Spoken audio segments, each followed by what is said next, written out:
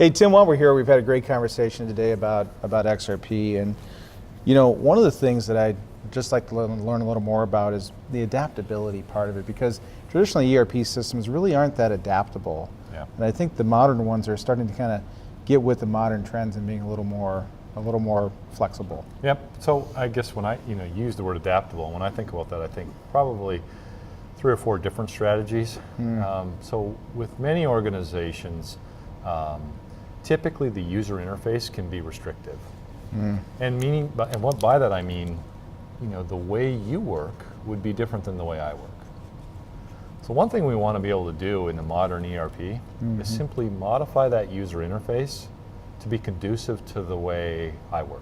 Oh, right on. Simple things, changing the way my fields line up on the screen, to security profiles that hide information I don't need access to, or certainly don't want to worry about having to enter. One is just an adaptable model that allows the user interface to change. Okay. Second, in any organization, you have these ad hoc requirements for information, and you have standard reports that you typically use to make operational decisions. And in most users' experience, they want to have at their fingertips tools that they use repetitively for reports. So being able to adapt the report to show information they would like, or probably more typically, just being able to filter with an ad hoc inquiry, here's information I need to act on today with exception data only. And really allowing users to do that without sort of, IT having to come in and do a whole bunch of programming or whatnot.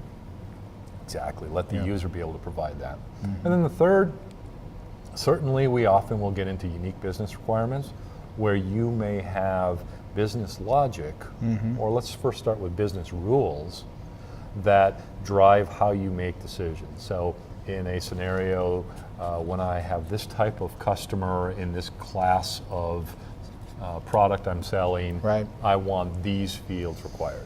So those are what we typically term, business rules, usually defined by a business rules engine.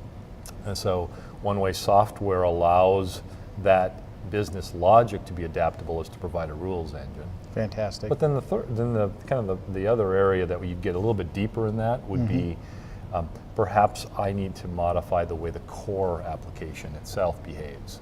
So changing the event logic that the application was designed or written with at the business logic layer. So it can kind of respond to the way the conditions in the business present, rather than trying to make the business, kind of reflect what the system's capable of. Yeah, great.